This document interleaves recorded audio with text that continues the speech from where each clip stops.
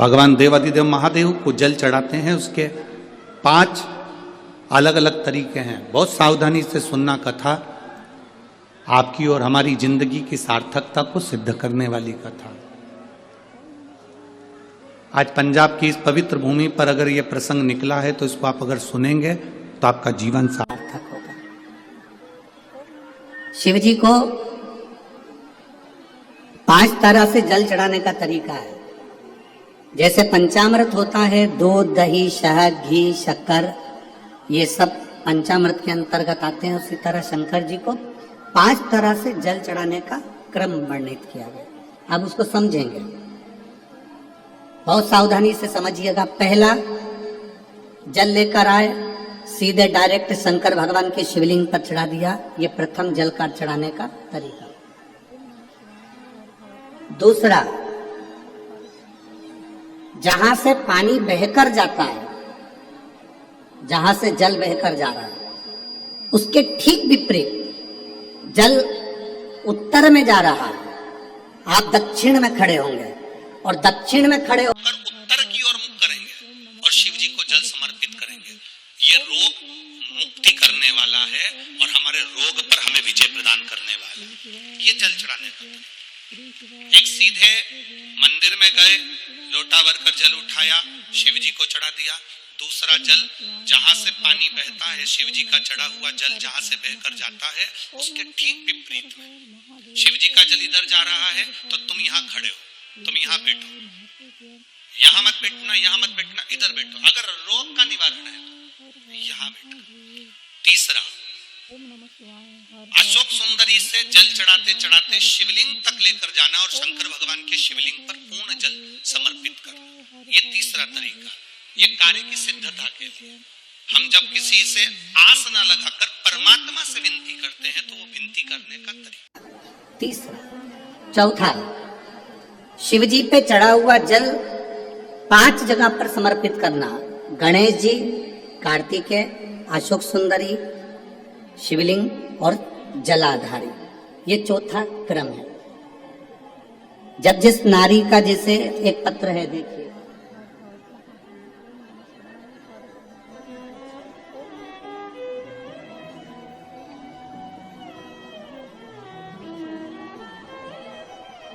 मेरा नाम मोनिका है, मेरे पति का नाम संजय सिंह है।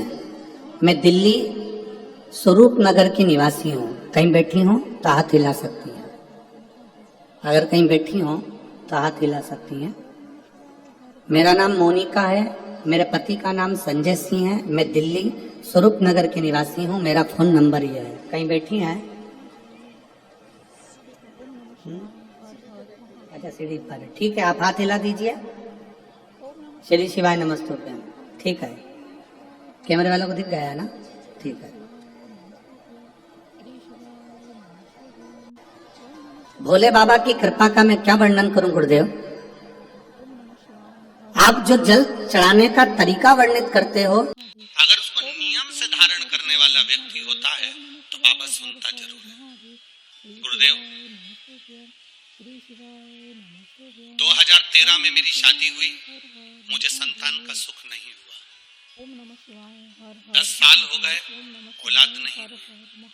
दिल्ली का एक हॉस्पिटल जिसको हम दिखा सकते थे, अच्छे से अच्छा डॉक्टर जिससे हम जांच करा सकते थे, उसके अनुसार हमारे को संतान का सुख नहीं था। आयुर्वेदिक डॉक्टर, अंग्रेजी दवाई, होम्योपैथिक सब कराई, IVF भी कराया तो भी संतान का सुख नहीं आया। आखिरी में डॉक्टर ने कह दिया, इधर उधर मत भटको, तुम्हें संतान नहीं होगी। जिसमें जहां कहा हम वहां पर भी गए, गोदी भरवाई, झोली भरवाई, पर संतान नहीं है। गुरुदेव, मेरे बाबा की कृपा किसको कहते हैं? आपने बेलपत्री के वृक्ष के नीचे जल चढ़ाना, उसमें से जल बचाकर शिव जी को समर्पित करना, सफेद आंकड़े की जड़ का प्रयोग करना, ये बताया था। और मेरे बाबा की कृपा से मेरा गर्भ ठेरा। मेरे बाबा ने मुझे आज 10 साल के बाद औलाद दी है। मैं उसको यहाँ प्रणाम कराने के लिए लेकर आई हूँ, उसको नमन कराने के लिए। श्री शिवाय नमस्तुभ्यम। हर हर महादेव। दर्शकों, स्त्री की गोद सूनी, उसके लिए तो जग सूना। संतान प्राप्ति के लिए लोग बहुत जतन करते हैं, ज्योतिष एवं कुछ धार्मिक उपाय पूरी निष्ठा और अगर मन से किए जाएं तो अवश्य ही लाभ मिलता है। जिस भी दंपत्ति को पुत्र की चाहत है उनको शिव जी की आराधना जरूर करनी चाहिए। सोमवार के दिन सुबह जल्दी उठकर स्नान करके शिवलिंग पर कच्चा दूध चढ़ाकर श्रद्धा और सच्चे मन से भगवान शिव की आराधना करें। शनिवार को आग की जड़ का आधा इंच का टुकड़ा लाना है और मासिक धर्म के 7वें दिन शिव पार्वती जी के मंदिर जाएं और उस जड़ को शिव जी के ऊपर ओम नमः शिवाय का जाप करते हुए 21 बार सीधा सीधा घुमाएं। आखिर में अपना और अपने पति का नाम गोत्र बोलें। शिव पार्वती जी के सामने प्रार्थना करें कि हे भोलेनाथ, मुझे भी संतान की प्राप्ति हो, मेरी झोली भी भर जाए। फिर उस जड़ को लाल कपड़े में सिलकर काले धागे में बांधकर शिव जी के मंदिर में ही अपनी कमर में बांध लीजिए। सिद्ध उपाय है, भगवान शिव का व्रत करें, छोटे छोटे बालक बालिकाओं को खाना खिलाएं और उनके पढ़ाई का खर्च उठाएं। संतान प्राप्ति अवश्य होगी। शिव पुराण के अनुसार पुत्र प्राप्ति के लिए इस उपाय के अनुसार पेड़ लगाकर करें। ज़्यादा से ज़्यादा हरे भरे पेड़ लगाएं जिसमें आम, पीपल, नीम शामिल हो। ऐसा करने से भी पुत्र की प्राप्ति होती है। शिव पुराण के अनुसार पुत्र प्राप्ति के लिए 11 व्रत रखने होते हैं जिसमें भगवान की पूजा अर्चना करना होता है। भगवान शिव को प्रसन्न करने के लिए शिव महिमा का पाठ अवश्य करें। शिव पूजा में शिव अभिषेक के पश्चात शिवलिंग पर धतूरे के फूल चढ़ाने से भगवान शंकर सुयोग्य पुत्र प्रदान करते हैं। निसंतान दंपति को भी संतान की प्राप्ति होती है। संतान प्राप्ति के लिए शिव पुराण के अनुसार 7 सोमवार को 9 कन्याओं को भोजन जरूर कराना चाहिए।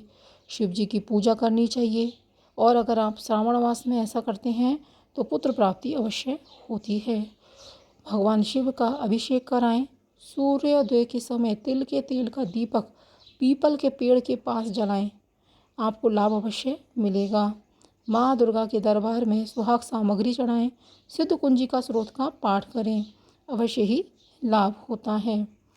दर्शकों, शिव महापुराण के अनुसार जो भी उपाय बताए गए हैं अगर आप करते हैं तो संतान की प्राप्ति अवश्य होती है। निसंतान दंपति पूरे श्रद्धा भाव से अगर इस उपाय को करते हैं तो आपके जीवन में एक सुंदर सुयोग्य संतान प्राप्त होती है। वीडियो को ज़्यादा से ज़्यादा लाइक कीजिएगा, शेयर कीजिएगा और कमेंट बॉक्स में हर हर महादेव लिखना ना भूलिएगा। मिलते हैं एक नई वीडियो के साथ, तब तक के लिए ओम नमः शिवाय, हर हर महादेव, श्री शिवाय नमस्तुभ्यम, श्री शिवाय नमस्तुभ्यम।